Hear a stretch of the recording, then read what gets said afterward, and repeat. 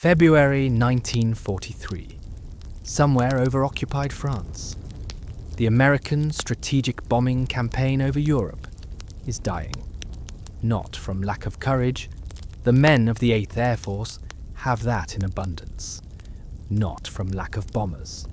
B-17, flying fortresses, roll off production lines by the thousands. The campaign is dying from a simple, brutal mathematical reality. The bombers can't reach Germany's industrial heartland and return with acceptable losses. Without fighter escort, the formations are slaughtered. Major General Ira Eaker, commander of the 8th Air Force, sits in his office at High Wycombe, reviewing loss reports that read like casualty lists from the Somme. The mission to Schweinfurt in October 1943 will lose 60 bombers in a single day, 600 men dead, wounded or captured. 20% losses. Mathematically unsustainable.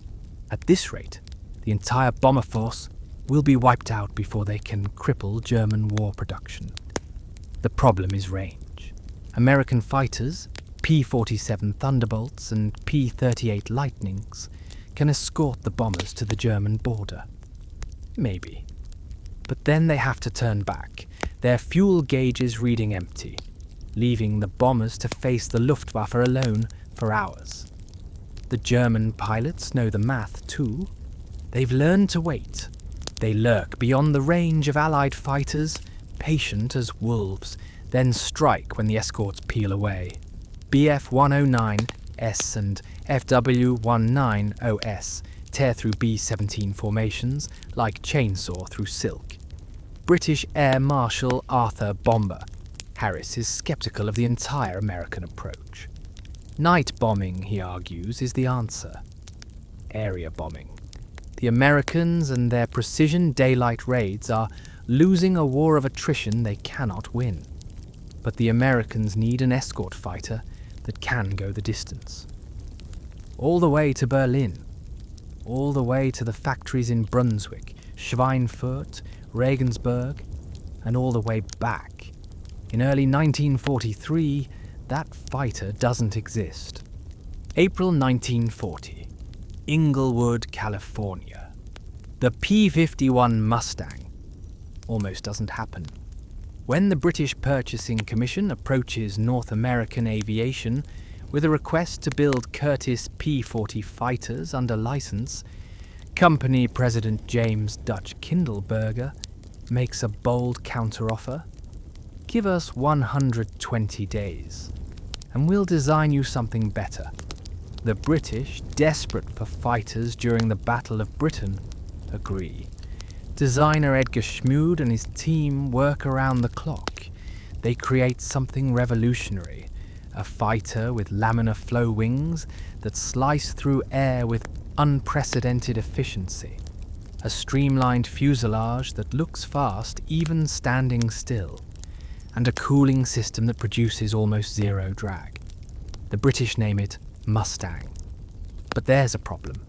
The Allison V1 710 engine, the same power plant used in the P-40, performs beautifully at low altitude but gasps for air above 15,000 feet. And the air war over Europe happens at 25,000 feet or higher. The early Mustangs are relegated to low-level reconnaissance and ground attack.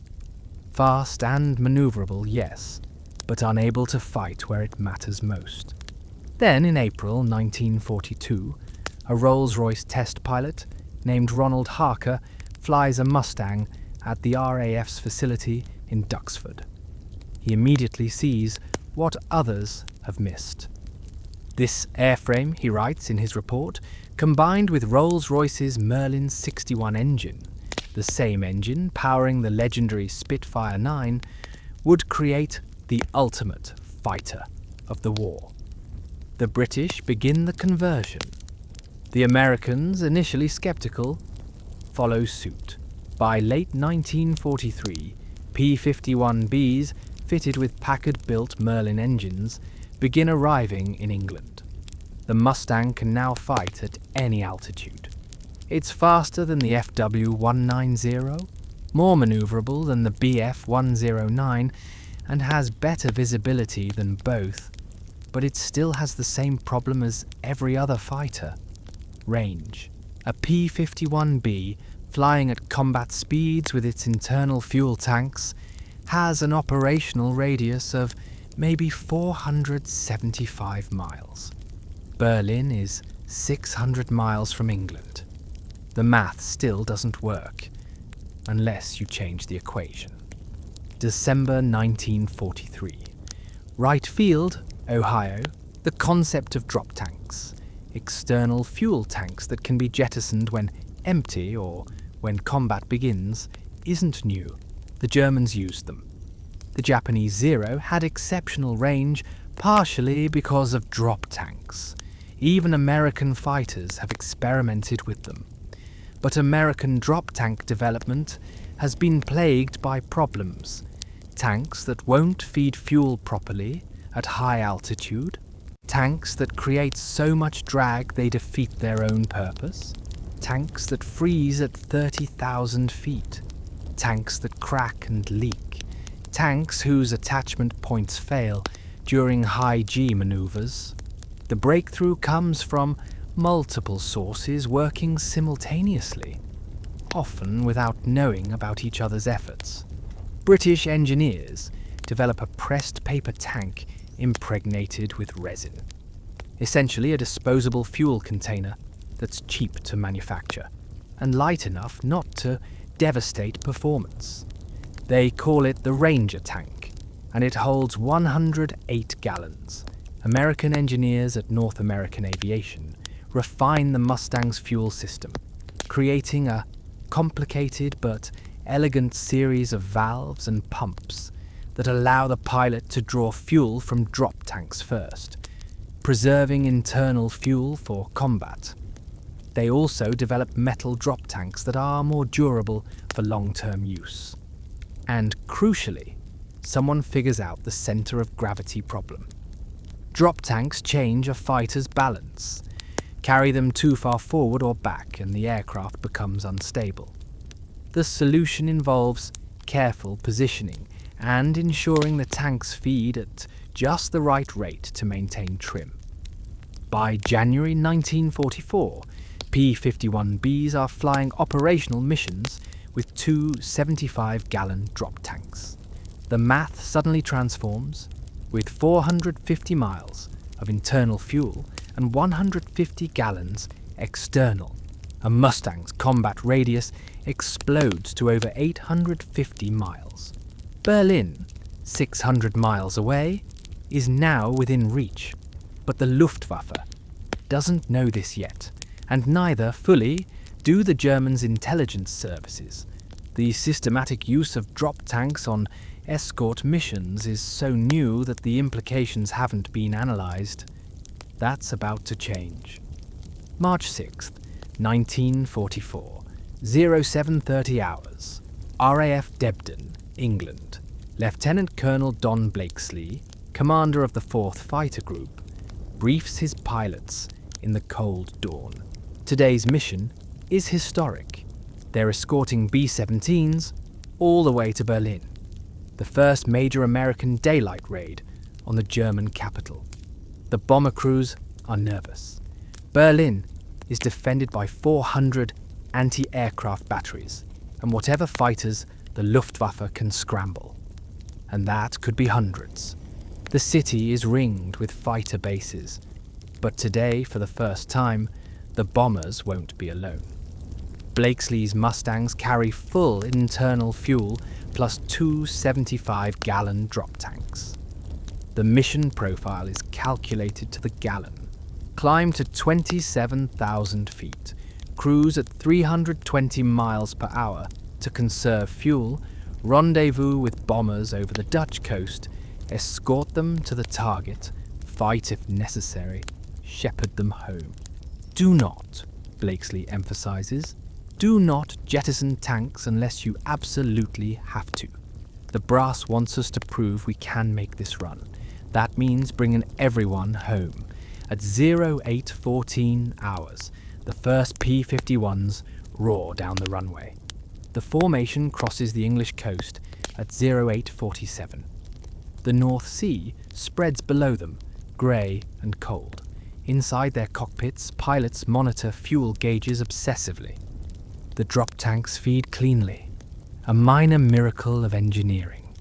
Some pilots have had nightmares about fuel system failures at the worst possible moment, trapped 400 miles into Germany with dry tanks and a cockpit full of Messerschmitts. Over Holland, they rendezvous with the bomber stream, 660 B-17s in combat boxes that stretch for miles. The sight is both magnificent and terrifying. Then they're over Germany. The Luftwaffe appears at 10:47 hours. Bf-109S and FAW-190S diving out of the sun, trying to slash through the escort screen to reach the bombers. The Mustangs jettison their now empty drop tanks and turn into the attack. What follows is chaos. A three-dimensional chess game played at 400 miles per hour, where every wrong move is fatal. The Mustangs, lighter and more maneuverable than the bombers, weave between formations, intercepting German fighters before they can reach their prey. For the first time in the air war, the Americans have fighter cover over the target itself. Berlin's flak fills the sky with black clouds of shrapnel, but the bombers make their runs and turn for home, and the Mustangs, fuel gauges still showing enough for the return flight, stay with them. Not all make it back. 11 bombers go down. 5 Mustangs are shot down. But considering the deep penetration into the heart of the Reich, the losses are remarkably light. As Blakesley touches down at Debden at 15:22 hours, his fuel gauge reads nearly empty. But he made it. They made it. The impossible mission is now possible. March 6th, 1944, 15:47 hours, Erkner, Germany. Which brings us back to Oberingenieur Klaus Schneider, standing in the mud, staring at a drop tank that shouldn't be there. The Mustang it fell from had been damaged by flak over Berlin and finished off by a FW-190 as it tried to limp home. The pilot, Lieutenant James T. Morris of the 357th Fighter Group, bailed out at 8,000 feet and was immediately captured. The wreckage of his P-51B is scattered across 2 kilometers of farmland, but it's the drop tank, nearly intact, that draws Schneider's attention. He's a propulsion engineer assigned to the Reich Air Ministry's Technical Intelligence Division. His job is to analyze captured Allied aircraft and equipment, looking for innovations that might be adapted or countered. He's examined dozens of drop tanks before, mostly Soviet designs, and some Japanese tanks captured in China by German advisors. But this is different. The construction is crude by German standards, pressed metal with visible seam welding. But the capacity, combined with what Schneider knows about the P-51's internal fuel load, creates a disturbing picture. He does the math in his notebook, right there in the mud. P-51, B internal fuel, approximately 269 gallons. 2 drop tanks at approximately 75 gallons each. 150 gallons. Total fuel, 419 gallons. Fuel consumption at cruise, roughly 60 gallons per hour. Effective range, over 1,700 miles. Combat radius, 850 plus miles. Mein Gott, he mutters. Nothing in Germany is beyond reach anymore. Not Berlin, not Munich, not the ball-bearing plants at Schweinfurt, the aircraft factories at Regensburg, the synthetic oil refineries in Silesia. The Americans can hit anything, anywhere, and their fighters can escort the bombers the entire way. The strategic air war, which the Luftwaffe has been winning through attrition, has just fundamentally shifted. Schneider photographs the drop tank from every angle. He measures its capacity with a graduated rod. He examines the feed valve mechanism, noting how elegantly simple it is. No complex pumps, just gravity and air pressure doing most of the work. Around him, other engineers are more interested in the wreckage of the Mustang itself. The Merlin engine will be shipped to Daimler-Benz for analysis. The laminar flow wing sections will go to aerodynamics research. The gun cameras will be developed, showing the pilot's last moments of combat. But Schneider knows with the certainty of an engineer who understands systems, that the drop tank is the real story. This simple metal cylinder, probably manufactured for a few dollars in some American factory, has just invalidated Germany's entire defensive strategy. March 8th, 1944. Reich Air Ministry, Berlin. Schneider's report lands on the desk of Oberst Colonel Josef Beppo Schmid, Chief of Luftwaffe Intelligence, 2 days after the raid. Schmid, a career officer more skilled at politics than analysis, skims the technical details and misses the point entirely. Drop tanks are not new. The Luftwaffe uses them. This is not, in his view, a significant development. What Schmid fails to grasp, what the entire German High Command fails to grasp until it's far too late, is the systematic and massive scale of the American implementation. They're not talking about a handful of fighters with extended range. They're talking about hundreds, soon to be thousands, of P-51s with the fuel capacity to escort every single bombing raid into the deepest parts of Germany. This isn't an incremental improvement. It's a paradigm shift. Schneider tries to elevate his concerns. He writes follow-up memos. He requests meetings with planning staff. But by March 1944, the Reich Air Ministry is drowning in crisis. Pilot losses are catastrophic. Fuel shortages are crippling operations. New wonder weapons are promised, but perpetually delayed. A report about American drop tanks gets filed and forgotten. Meanwhile, in England, American planners are doing exactly what Schneider fears. They're not just using drop tanks. They're perfecting the entire escort doctrine around them. Fighter groups drill on fuel management, learning to squeeze every mile from their tanks. They develop tactics for jettisoning tanks at the optimal moment. Early enough to fight effectively, late enough to maximize penetration. They experiment with different tank sizes, 75-gallon, 100 R8-gallon, eventually even 150-gallon tanks for ultra-deep missions. And they're building Mustangs at an unprecedented rate. By the end of March 1944, the 8th Air Force has over 500 P-51s operational. By D-Day in June, they'll have over 1,000, each one capable of reaching anywhere in Germany. February 20th to 25th, 1944. Big week. Flashback. Actually, the March 6th raid wasn't the first time the Mustang's new capabilities showed their teeth. We need to jump back a few weeks to understand the full impact.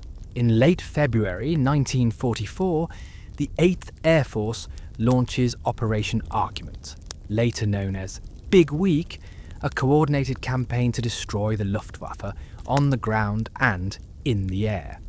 Over 6 days, American bombers hit aircraft factories across Germany in a series of maximum effort raids. The Mustangs fly escort for all of them. February 20th, Leipzig, 417 miles into Germany. Mustangs escort the entire way. The Luftwaffe rises to defend and loses 127 aircraft. The bombers lose 21, heavy but sustainable. February 22nd. Multiple raids on aircraft plants. Mustangs everywhere, shepherding bombers, hunting German fighters. Luftwaffe losses, 99 aircraft. February 24th, Schweinfurt, the city that cost 60 bombers back in October. This time, with full fighter escort, only 11 bombers are lost. Luftwaffe, 33 fighters destroyed. By the end of Big Week, the Luftwaffe has lost over 350 fighters, and, more critically, 100 pilots. Experienced pilots, veterans who cannot be quickly replaced. The Americans lose 226 bombers. Painful, but within acceptable limits for the massive destruction inflicted on German aircraft production. The Mustang, with its drop tanks, made this possible. Without fighter escort to Berlin and beyond, Big Week would have been another bloodbath. Instead, it became the beginning of the end for the Luftwaffe as an effective fighting force. German pilots begin calling the Mustang der Cadillac Luftwaffe, a grudging acknowledgement of its quality. But privately, in their ready rooms, they call it something else. Der Würgeengel, the angel of death. Let's pause the narrative for a moment to understand what made this work. The drop tank seems simple.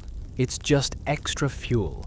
But the engineering challenges were immense. First, fuel management. You can't just bolt a tank under the wing and hope for the best. At 25,000 feet, the air pressure is less than 30% of sea level. Fuel won't flow properly. The solution involved pressurizing the tanks using bleed air from the engine, creating a system that pushed fuel from the drop tanks into the main fuel system regardless of altitude. Second, aerodynamics. A drop tank creates drag, sometimes enormous drag if poorly designed. Early American tanks increased drag so much that they actually reduced range. The British paper tanks, despite being low-tech, had surprisingly good aerodynamic shapes. The metal tanks American factories eventually perfected used carefully designed nose cones and streamlined shapes that minimized the performance penalty. Third, structural integrity.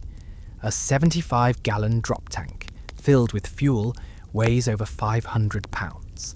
Attach that to a pylon during a 5G combat maneuver, and you're putting tremendous stress on the airframe. The tanks had to release cleanly when jettisoned. A tank that hung up could be catastrophic.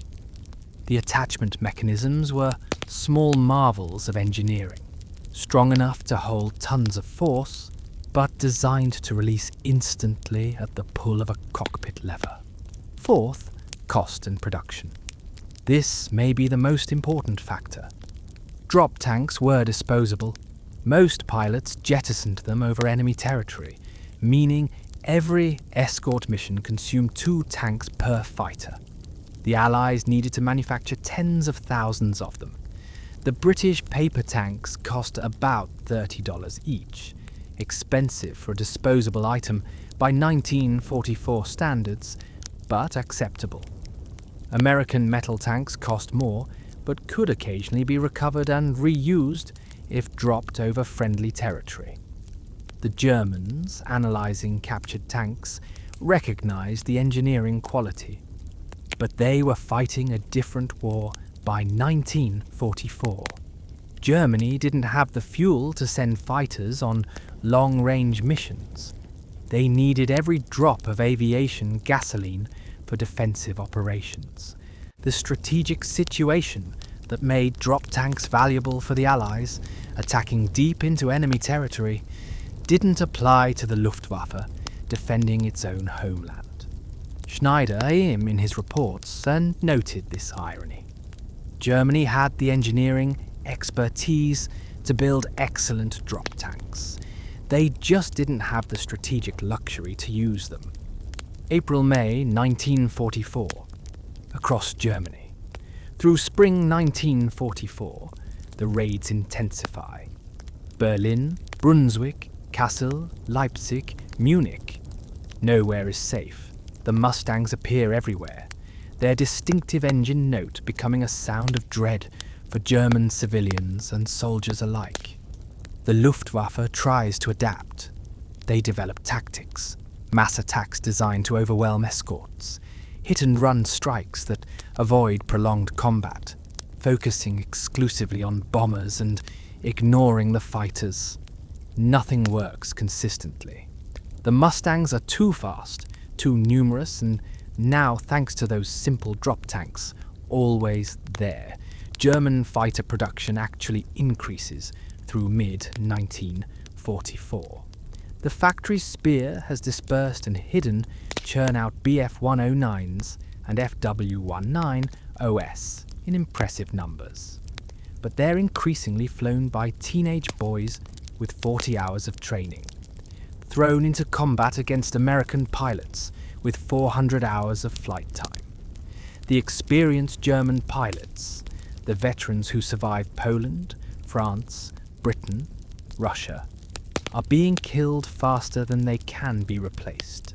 By June 1944, the Luftwaffe has effectively lost air superiority over its own territory. On D-Day, thousands of Allied aircraft support the Normandy landings. The Luftwaffe manages 2 sorties, 2 over the beaches. Eisenhower's forces land and advance with near impunity from air attack. In his office in Berlin, Schneider continues documenting the American escort fighters' capabilities. His files grow thicker. Analysis of P-51D models with even more internal fuel capacity. Reports of P-51s flying missions to Poland and back. Intelligence about the new P-51H variant in development, with even greater range. Each report is a variation on the same theme. The Americans have solved strategic range. They can go anywhere, and Germany cannot stop them.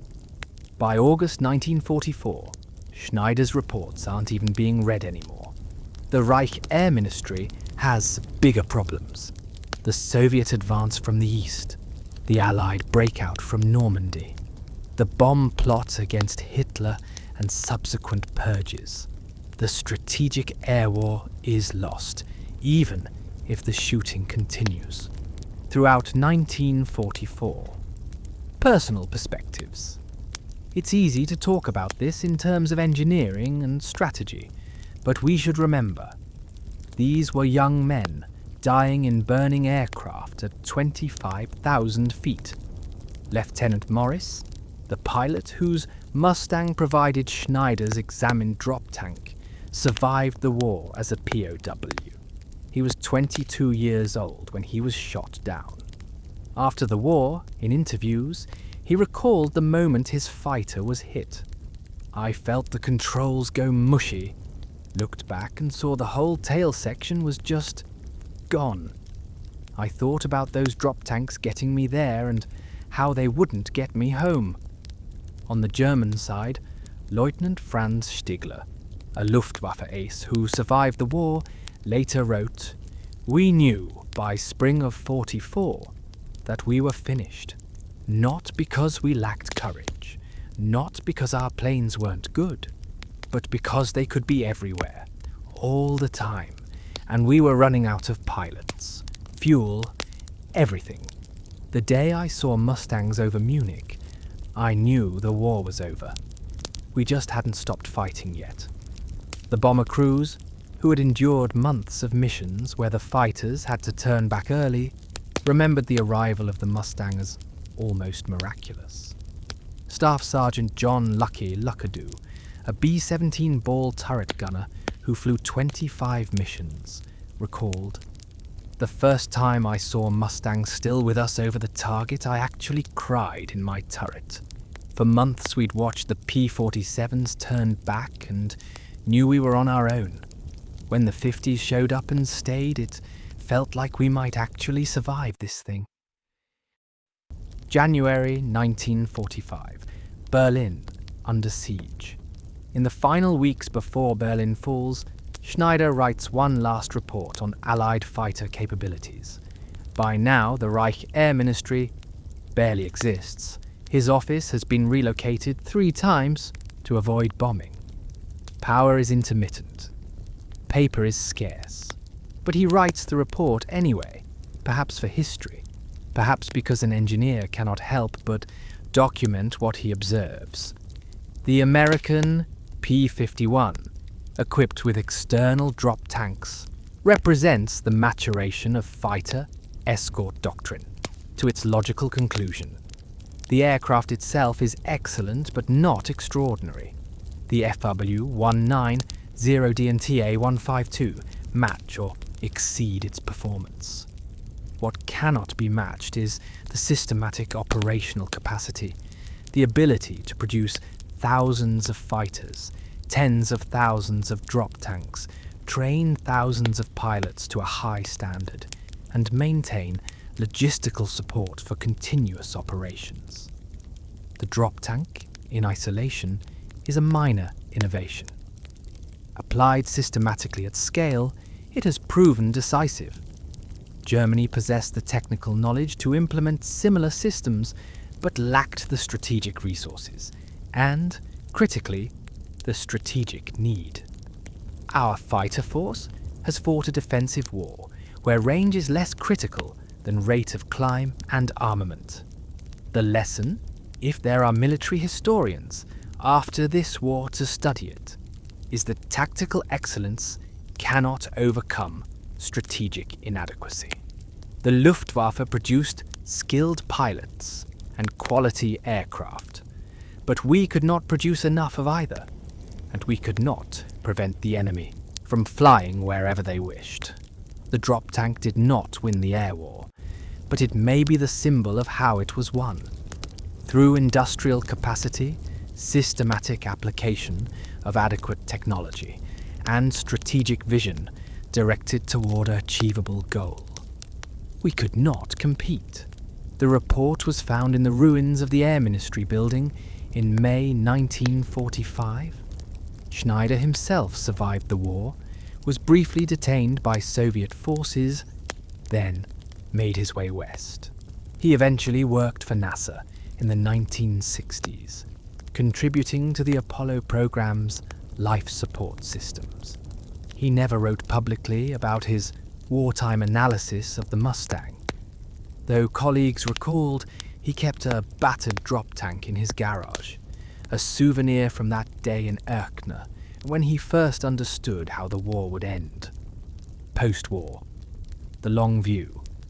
The P-51 Mustang served in frontline roles until the early 1950s, seeing combat in Korea, but its real legacy is doctrinal. It proved that strategic bombing required escort fighters with equivalent range, a lesson that shaped air power theory for decades. The drop tank itself became standard equipment. Modern fighters carry them routinely. The same basic concept, refined but not fundamentally changed. Every F-15, F-16, or F-35 flying today uses external fuel tanks for range extension. Schneider's observation about adequate technology systematically applied remains relevant, but perhaps the most interesting legacy is what didn't happen. The Germans never effectively countered the Mustang's range advantage. They developed the Me-262 jet fighter, which was faster but had abysmal endurance. It could barely reach Allied bomber formations before needing to land. They experimented with aerial ramming, rocket interceptors, guided missiles, exotic solutions to a problem that had become unsolvable by late 1944. The Americans, meanwhile, kept refining the simple drop tank. Bigger versions for Pacific missions against Japan. Better materials, More efficient shapes, nothing revolutionary, just continuous incremental improvement of a system that worked. That contrast, German exotic innovation versus American systematic refinement, characterized much of the late war period. And the lesson Schneider documented, perhaps despite himself, was that wars of attrition favor the side that can mass-produce adequate solutions over the side producing small numbers of perfect ones. Present day. Perspective.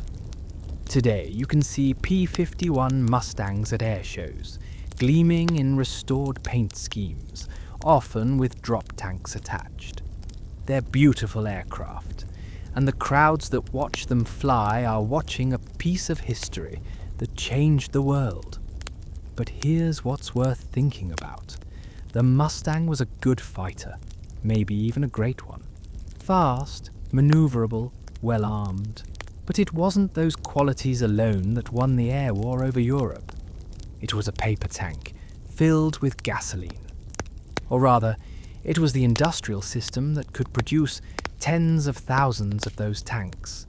The training infrastructure that could teach thousands of pilots to manage fuel precisely enough to reach Berlin and return. The logistical network that could deliver those tanks to airfields across England. And the strategic vision that recognized range as the critical variable. Schneider saw this in March 1944, standing in the mud in Erkner. He saw the war ending not in that mangled drop tank, but in what it represented, a nation with the industrial capacity and systematic approach to solve problems at scale. The Mustang reached Berlin not because of brilliant engineering, though the engineering was good. It reached Berlin because someone looked at a strategic problem, identified a bottleneck, and applied an adequate solution systematically. Sometimes, in war as in life, the simple answer is the right one. You just have to be organized enough to implement it everywhere, all at once. And that's how a German engineer, examining wreckage in the shadow of Berlin, realized his side had already lost. Thanks for watching. If you enjoyed this deep dive into World War II aviation history, make sure to like and subscribe. Next week we're looking at another seemingly minor innovation that had major consequences, how the proximity fuse changed naval warfare in the Pacific. Until then, I'll see you in the next one.